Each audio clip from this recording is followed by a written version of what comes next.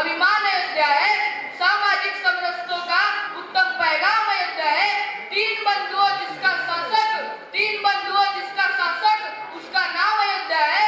अरे किंतु शोध में डूबी दुख से धुनी हुई अयोध्या थी, जब तक राम अदालत में थे सुनी हुई अयोध्या थी। मैं फिर से बताना चाहता हूँ कि राम मंदिर क्यों बना, कि मत समझो सिर्फ अदालत के निर्णय से ये दिन आया है, जितना जल सरयू में बहता उतना लहू बहाया है।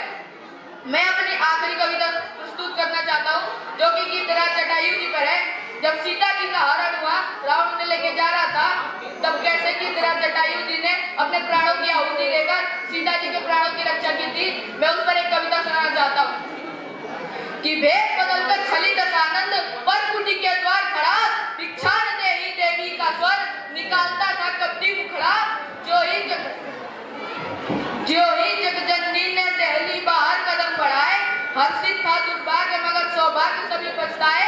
अट्टहास के रावण ने अपना स्वरूप दिखलाया, माया अमृत का वैध ही तब परिणाम समझ में आया कि जब जब कुल की मर्यादा खूंटी पर टांगी जाती है, खींची हुई पौरुष से लक्ष्मण रेखा लागी जाती है। विपरीत धार में तब जीवन की नौका खैनी पड़ती है,